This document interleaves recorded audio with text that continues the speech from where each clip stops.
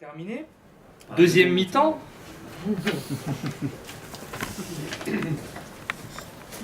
Page 153. 46e minute. On a... 46e minute.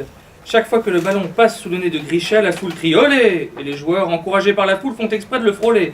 Les Brémoraviens mènent 2-0. Ils n'ont plus besoin de marquer et se contentent de ridiculiser le plus mauvais joueur de Moldavie. Olé ! Olé !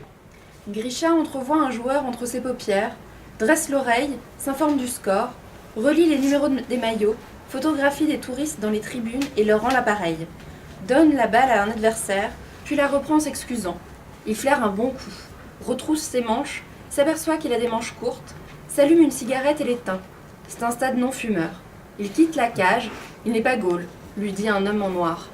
S'il crie « Olé » encore une fois, je fais marquer Grisha. Olé ! Ok, on va le faire marquer. Quelqu'un a pensé à lui dire que le but du jeu c'était de gagner? Ok, on va le faire gagner. On va lui faire marquer tellement de buts que demain il est nommé ministre des Sports. On le guide en gênant ses pas jusqu'à la surface de réparation et quand on est à une distance raisonnable, on marque à sa place. Je m'occupe du pied gauche, tu fais le pied droit. Ça va pas assez vite. Fais la conduite de balle toi-même, je contrains ses deux pieds pour qu'il ne s'éloigne pas du ballon. Go! Fais-le tourner à gauche, je passe devant. Honteux, ce joueur est une honte. Monsieur l'entraîneur, faites honneur à votre pays et virez-moi ça du terrain. Attention, tu joues trop perso, c'est pas crédible. Il a les pieds beaucoup trop loin du ballon. Avant-centre, Brémoravien sur la droite, vire-le à gauche. Merde, je l'ai fait tomber. Souffle-lui dans les naseaux, il va se relever. Non attends, laisse, je m'en occupe. Dépêche-toi, il est reparti. Il a pris le ballon, l'andouille, il croit vraiment que c'est lui qui joue. 50e minute, après une belle échappée, Grisha vient de se faire prendre le ballon comme un bleu, il n'a pas de miracle, une chèvre reste une chèvre, et faute. Il fallait s'y attendre, l'arbitre compte ses pas, il veut faire reculer le mur, mais quelque chose le gêne, il godille, les joueurs s'impatientent et le public aussi. Grisha se signe de la croix, mais ne sait plus dans quel sens et recommence à l'envers. Il demande un verre d'eau frais. Il aplatit un renflement dans la pelouse, salue l'avancante qu'il n'a pas croisée depuis 20 minutes, frissonne, sème des miettes au cas où pour le chemin du retour, promet à l'adversaire qu'il va déshonorer sa mère, sa femme, sa fille et son cochon d'Inde s'il perd le match, et ce, dans un délai somme toute assez bref. Le joueur de champ qui a pris la place du goal blessé n'ose manifestement pas toucher le ballon avec les mains, ça ne va pas aider. Les joueurs n'ont quasiment pas reculé. Ça siffle de partout, l'arbitre fait mine de jeter l'éponge. La tension est encore montée d'un cran, c'est la débandade totale, et Grisha au milieu du mur flotte comme un rideau. Même Rousseau, dans l'Émile, trouvait que l'émulation entre les enfants qui font la course ne leur apprend que la jalousie et la vanité. Tu veux un lombric maillot? Merci. Sauf que 30 ans plus tard, dans le gouvernement de Pologne, il dit l'inverse. Qu'il faut toujours leur interdire de jouer séparément et toujours leur fixer un but commun pour attiser la concurrence. Eh ben, jeune idéaliste et vieux con. Poteau, c'est manqué. Et c'est reparti, encore 40 minutes de jeu réglementaire. Bakounine et Kropotkin démarrent en trombe au son du sifflet. Un coup de tête, chacun sous les semelles de Grisha. Ils le remettent sur une trajectoire imperceptiblement, le dévient, passe à l'avant-centre, le font trébucher pour le ralentir. Bakounine enfonce sa chapka, saute sur la courte échelle de Kropotkin, sur ses épaules et coup de tête, paf! Ça marche pas. Il prend pas la bonne direction, on dirait qu'il nous voit venir. Alors il pleut, il va glisser, on va plus pouvoir le faire marquer et il a mis de la boue sur ma chapka. Oui bah si tu veux pas te salir, le meilleur sport c'est le cerf-volant. Grisha rapporte une canette dans les gradins, elle n'est pas finie. La balle revient vers lui, il la percute malencontreusement, la balle atterrit au fond des cages. Il était hors jeu. Grisha se réfugie sous le but lui aussi, il pleut. Bakounine lève la tête, renifle et repart en trombe dans l'autre sens. Il course le pied d'un Marcello. Mais qu'est-ce que tu fais? On essaie pas de faire marquer Grisha? Si, mais là, il est pas prêt, il faut lui redonner confiance. On va faire marquer les autres contre leur propre camp, ça leur mettra le moral à égalité. Ils arrêteront de crier olé chaque fois qu'ils perdent le ballon, ça m'énerve. Tiens, on va faire marquer Marcelo 5, c'est la teigne attitrée de l'équipe. Bakounine enfonce sa chapka, saute dans la courte échelle de Kropotkin, sur ses épaules et, debout sur sa tête, Bakounine saute, pan! 55e minute, incroyable, incroyable, je vois double et pourtant, chers téléspectateurs, je suis à l'eau, mais je vous jure que Marcello 5 vient non seulement de marquer contre son propre camp, mais même sans toucher le ballon. La foule est en délire, le joueur n'a plus qu'à demander l'asile politique en Moldavie. Tu connais la Moldavie? Que de la tourbe et de l'argile, pas sympa du tout. Les galeries sont hyper humides et les lombrics hyper amers. En plus, ils prononcent les cheveux comme des œufs, on comprend rien de ce qu'ils disent. Elle détale. Et encore une volte-face de Grisha qui semble de plus en plus incohérent. Il ne court pas, il vole au-dessus de l'herbe. Aucune ligne directrice dans son jeu. Il est en train de remonter le terrain, de construire le but le plus incongru de l'histoire du foot. Une larve paprika qu'il ne marque pas sans tes lunettes. Tenu. Ah, je l'ai perdu.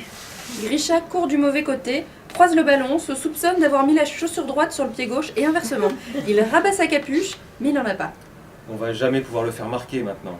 Si, tu le cadres jusqu'à la surface de réparation et j'oriente le goal sur la gauche. Le laisse pas repartir. Il va retourner compter les nuages à l'autre bout du terrain. Il faudra tout lui faire remonter, faire le temps qu'il est chaud. 60e minute.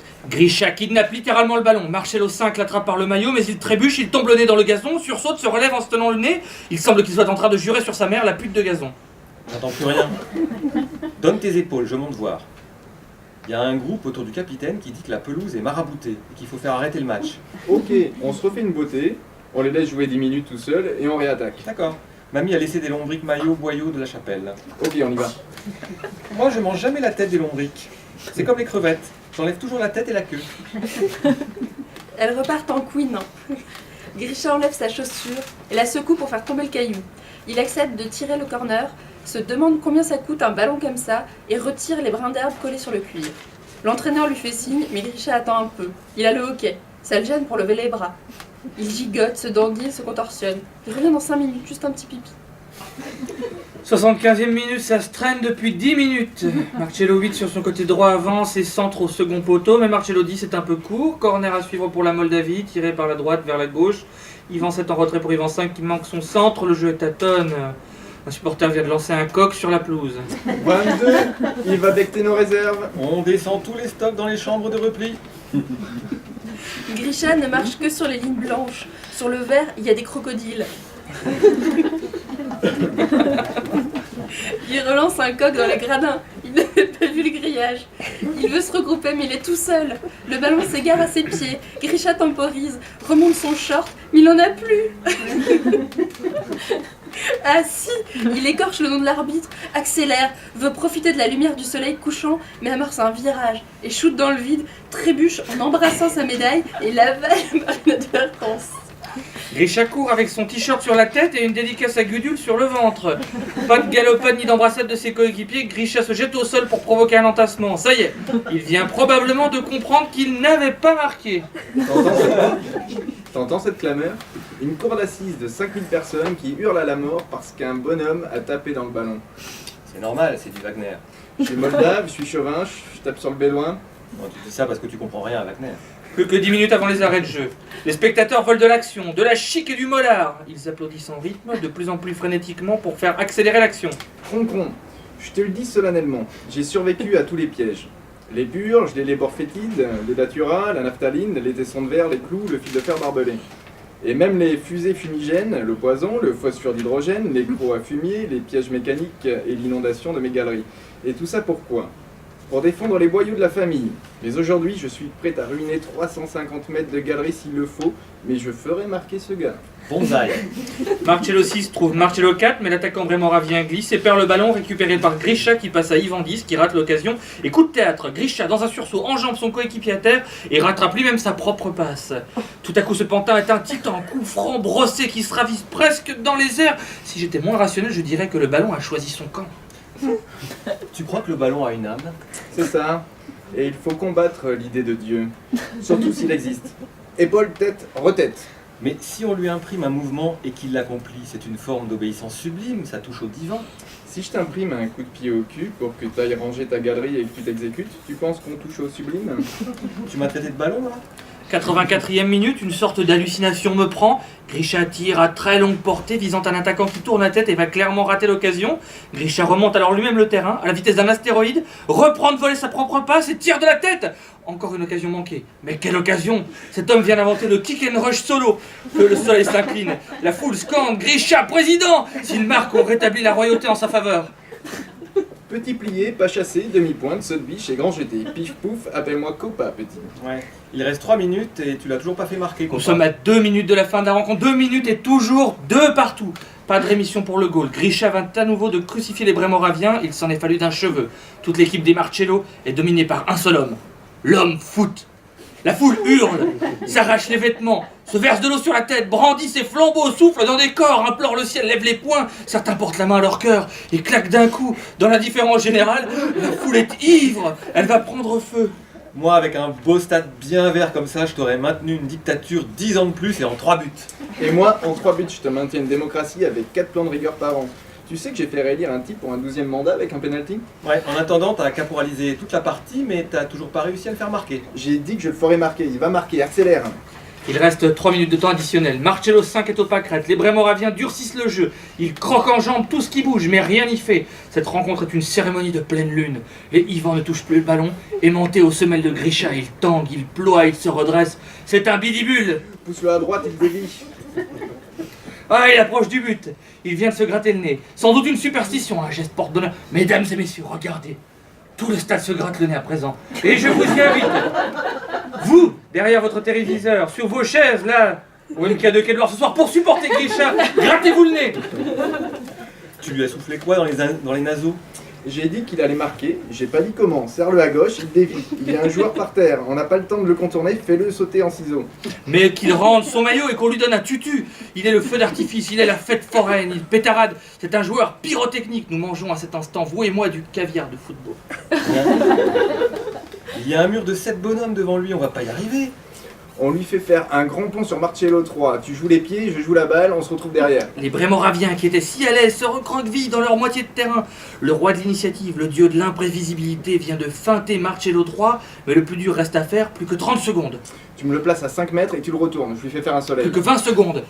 Il est le lévrier, le bison, the king, la foudre, Grisha des Carpates, l'anguille, il phénoméno, le Tolstoï du football, El Supersonico, l'homme aux 3 poumons, le bombardier, le renard des surfaces, the flying Moldave. C'est la dernière occasion, la dernière chance. Il va marquer. Non, elle passe à côté. Fin du temps réglementaire. Le miracle n'a pas eu lieu. Il restera ce petit joueur minable, hissé pour son dernier match au rang de roi des occasions ratées. Penalties. Score toujours à égalité. Les deux équipes n'ont pas réussi à se départager. Nous allons assister à une séance de tir au but. Ah, la foule se dresse. Ah, l'effet rafraîchissant du chant guerrier.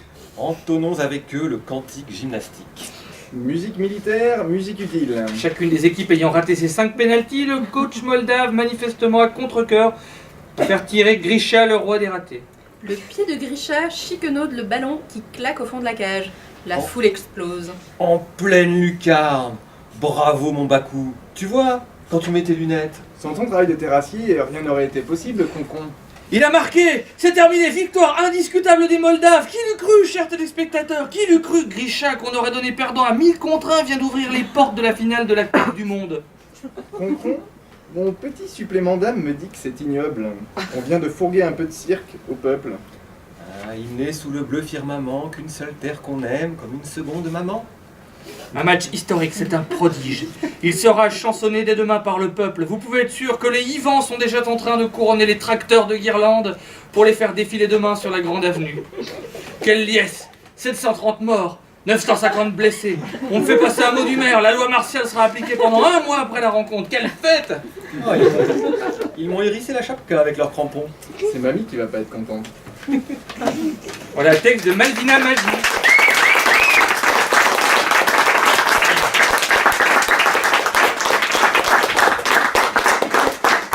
Merci beaucoup, merci à tous. On va continuer autour d'un...